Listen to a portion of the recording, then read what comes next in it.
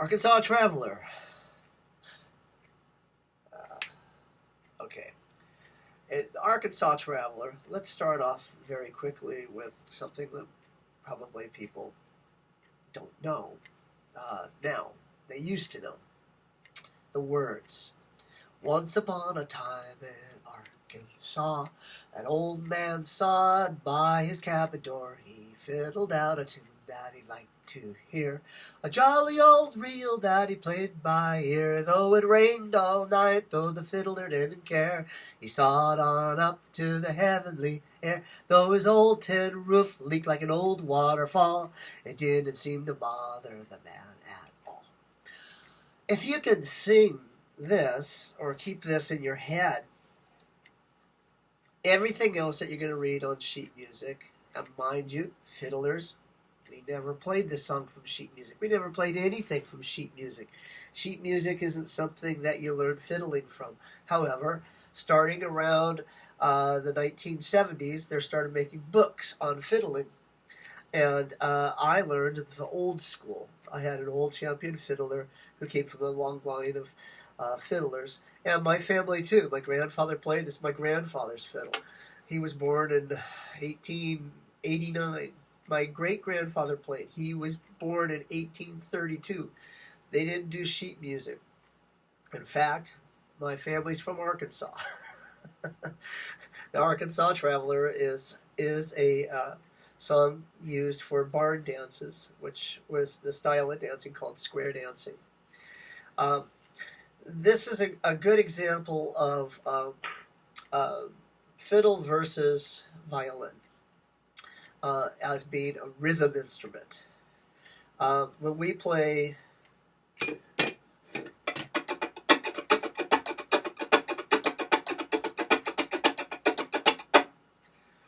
we learn to shuffle like a horse rhythm.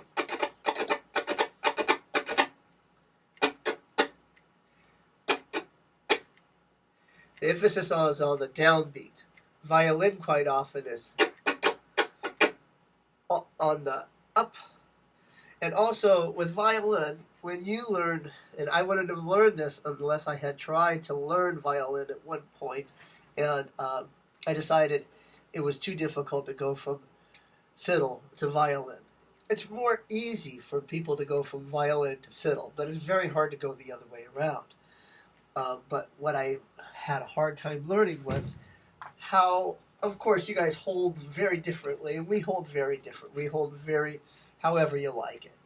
And when I first played, I always held my fiddle straight down as a kid. The other thing was this bowing thing that you learned, where the wrist moves and you're going out, right?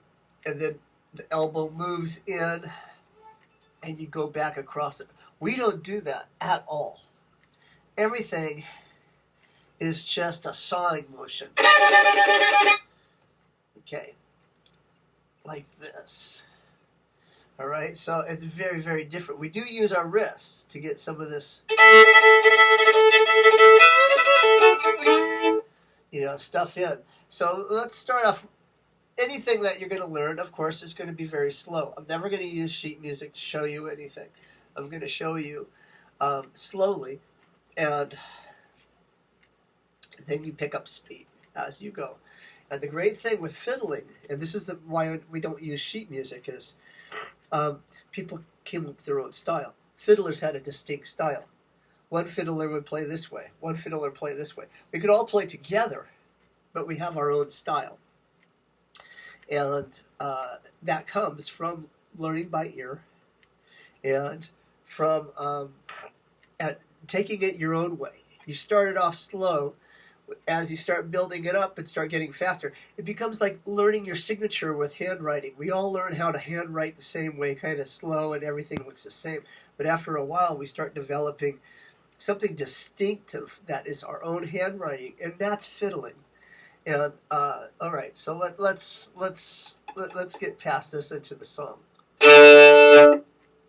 So very first off, okay. So let me just go ahead and I'm going to play the song at speed. I'm going to play it slower, then I'm going to break it down. Here we go.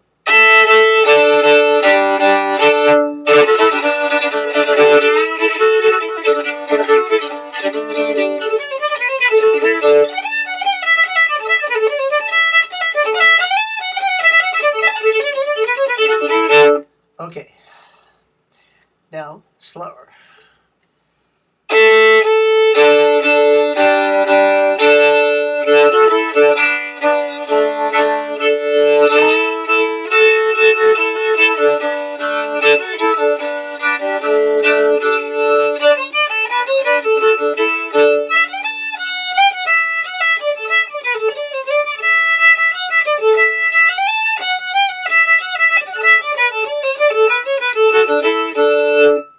Now, what I just did was only one of the A part and one of the B part. When you play the song, you're going to go 2 of the A part and 2 of the B part. But I just wanted to make it fast so we can get into the lesson of Arkansas Traveler. Now, you do notice that there are slurs in this song, especially on the second, what was it?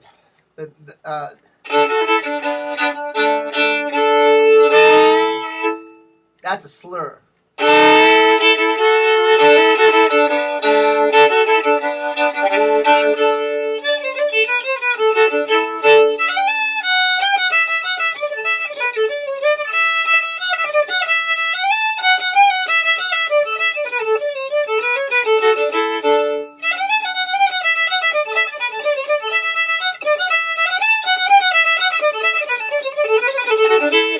No slurs, B part. But you can play one thing like that, but usually it's not. It's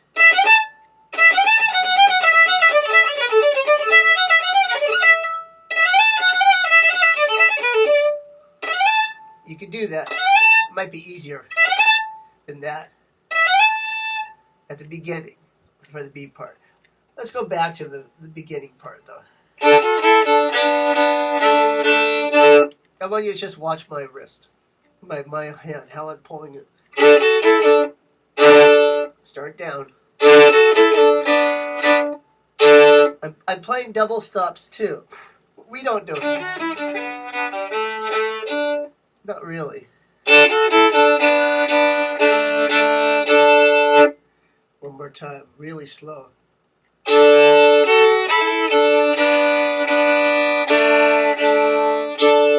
One more time.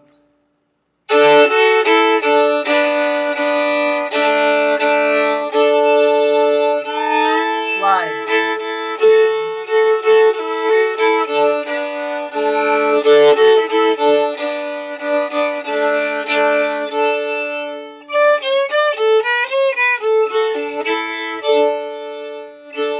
On the A string,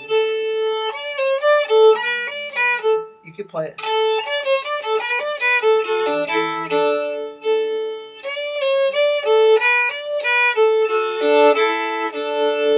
Once upon a time in Arkansas, an old man son by his cabin door, he played a fiddle tune that he liked to hear, a jolly old reel that he played by ear. Okay, you don't have to get really fancy and do anything.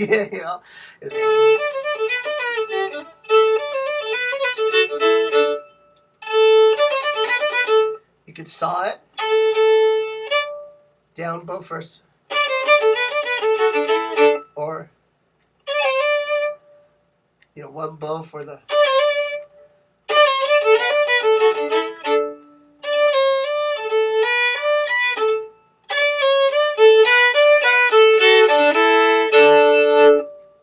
Okay. One school of thought to play the song and learn the bowing really for this thing is don't I'm gonna have to keep my mouse moving so I keep the screen going so I can see what I'm doing, is to exaggerate your bows playing that.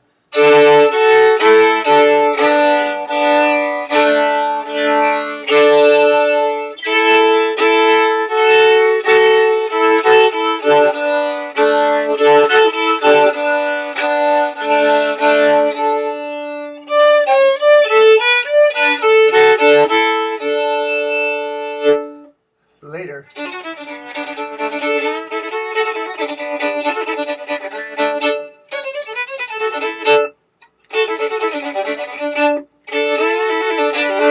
Now, my style of playing is an adult bow. You'll notice on the video that I posted on, I went ahead and made a YouTube video of that thing off my screen, computer screen for you, and put it up on your post. I've been playing on that song with a child's bow. It's one of the things that I do with my show. I've developed over a time. My cousin playing on that song with me. He's great. He was younger, 5 years younger than me, but he ended up being. He had a very fortunate upbringing. His fiddle teacher was also a violinist who could fiddle, and was teaching him as a child both at the same time. He ended up becoming a concert violinist. With what was it? He was the main. He did concertos and stuff like that with the Mexico Philharmonic Orchestra. He later ended up being a high school music teacher in Atlanta, Georgia. Anyway, he's played. He plays great, and he's doing that bit with his. But when I go to try to play on his, he's much taller than me, and I have a very short bow. So very quickly I realized I can't get around to the A string, so I clowned it up. But I play with a really short bow. But he told me at one time when he tried to play with this bow, he says, like, "Wow, this is like a bowing exercise to learn to play."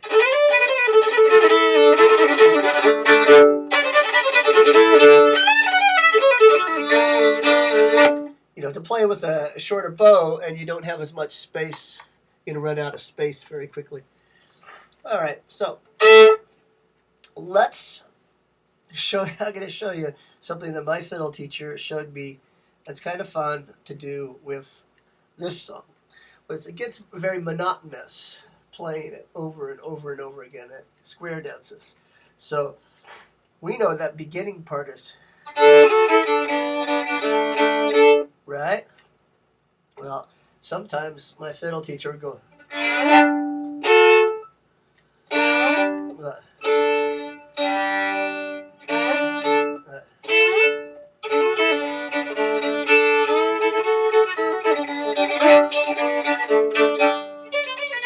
what was that?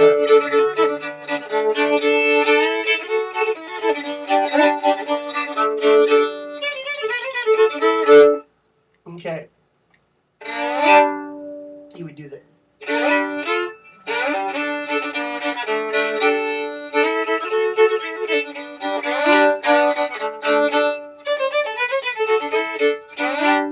He would do that. Something a little tricky to be able to put it in when it's happening.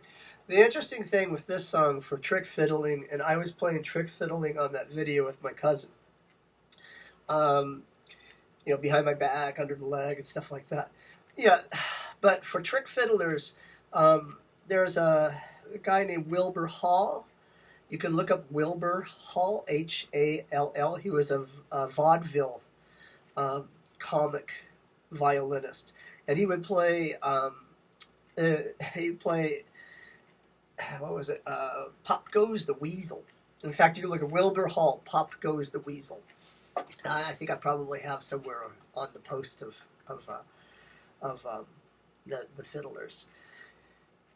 Because Pop Goes the Weasel always comes around to that one little thing. He would throw his bow in the air, do all these little things, and with pull off pizzicato, he would do the I can't do it. The da-da-da-da-da, right? Because it always has that one part of the song that plays that. With a trick fiddler played with another trick fiddler, because there's always that's the space where the trick fiddler throwing the bow and doing different things or getting around into doing the next position behind the back or under the leg. When the second person who's never doing the trick fiddling does that gives the second person a chance to be able to get underneath their leg, behind their back, and play behind their head, or throw the bow in the air.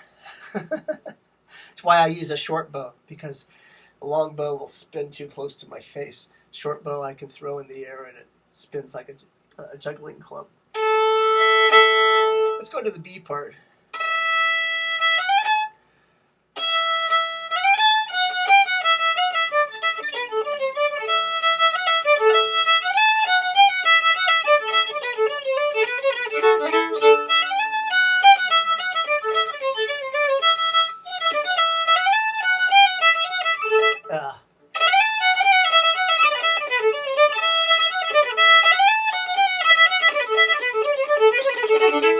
When you get used to playing really fast, it's hard to go slow.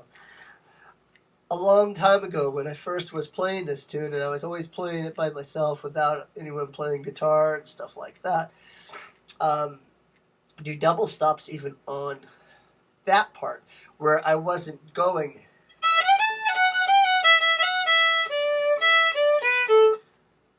I wasn't playing the bow around. It was just...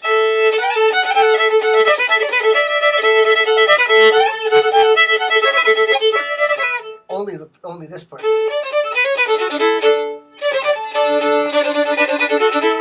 But I would go down to this string. And I'd play it like that.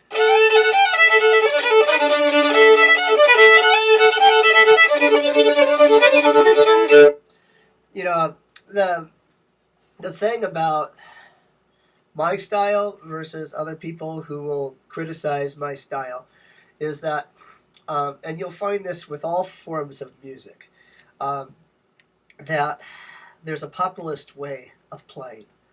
You play for the audience. And the same thing with jugglers. There'll be technical jugglers that will only play technically, and they'll pick out other things that are technical about another juggler.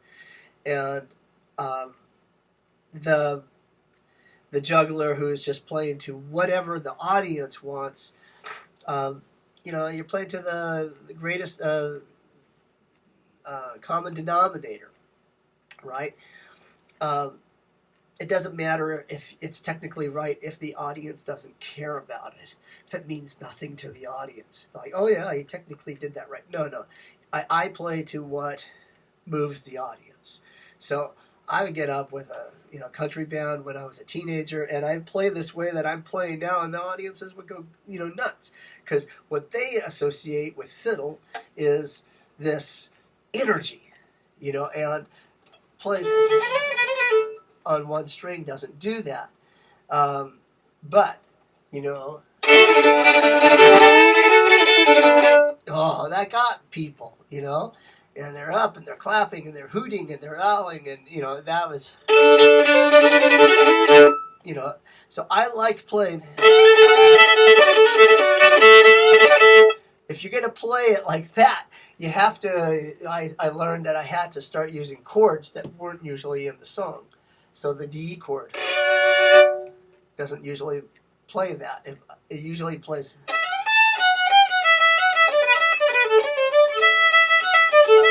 But I was playing...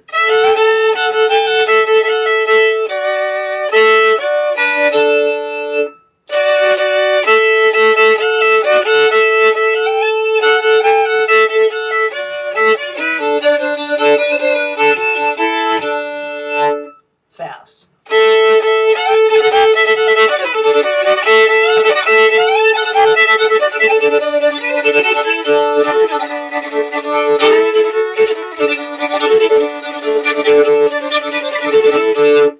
See, that has that really full sound. That's really different from what you're going to get from trying to read from a book that has sheet music, and really, it really comes down to that.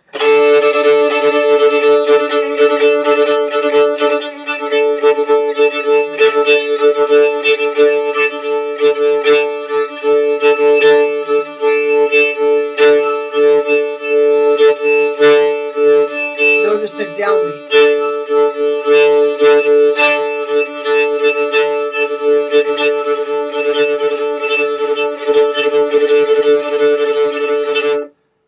also, okay, let me just stop there from that and show you the Orange Blossom Special, because again, they started with this.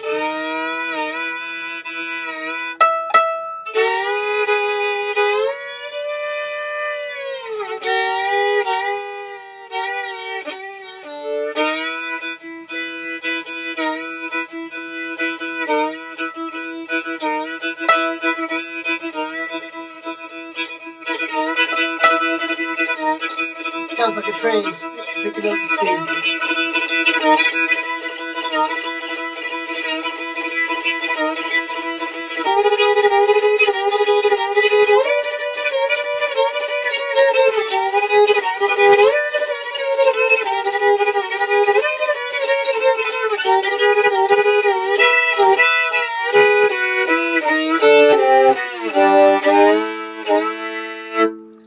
All right.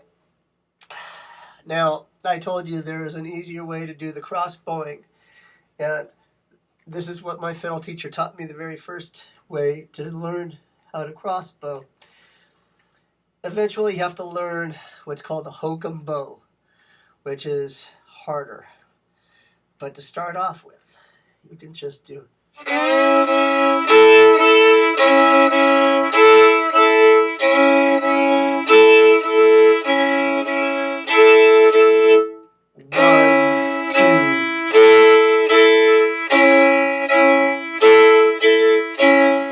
Downbeat is the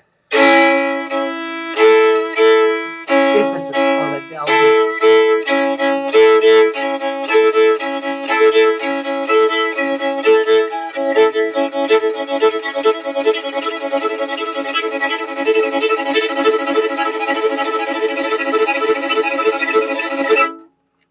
It doesn't sound like I'm doing that, but I am.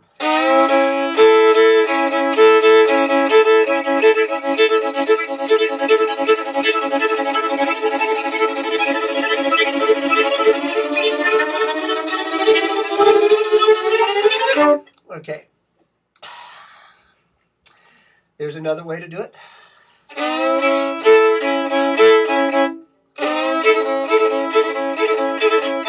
One is,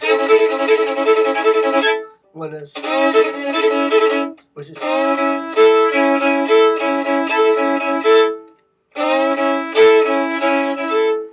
one goes, the weird thing about this one is it goes down, up, down, up.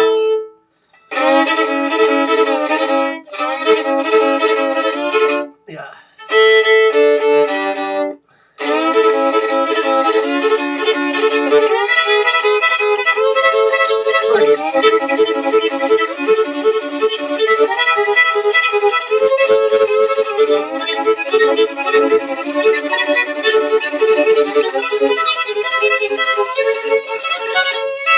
Which is the hardest. And then there's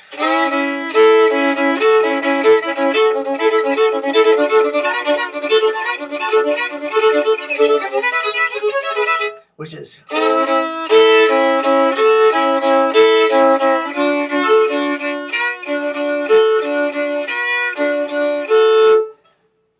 start with this. One.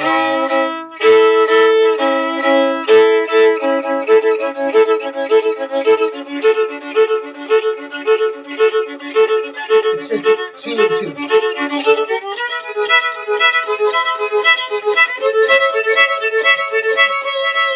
And all the rest is just like scales.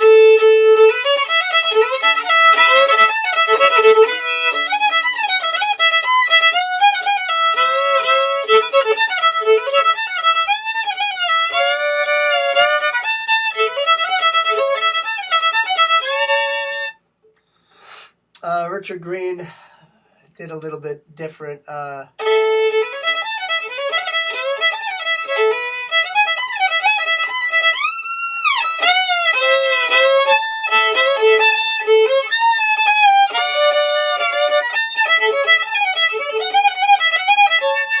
Something like that, but he did that.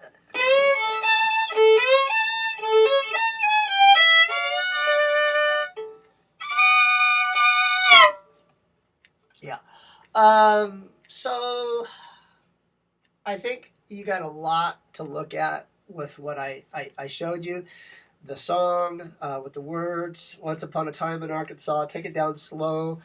Um, uh, do not do that bit where you stop and you lift the bow and put it back down again. That's not in that song. You know, and one more time. We're going to just end with it very slowly. Here we go.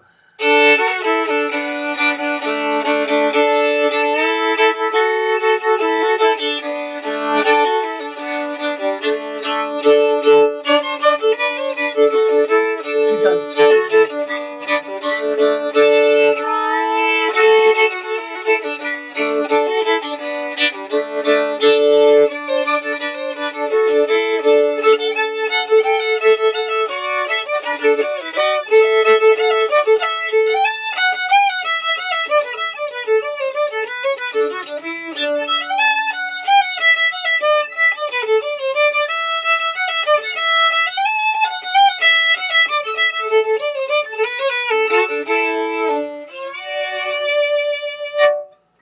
All right, I hope that helps you. Okay, cheers.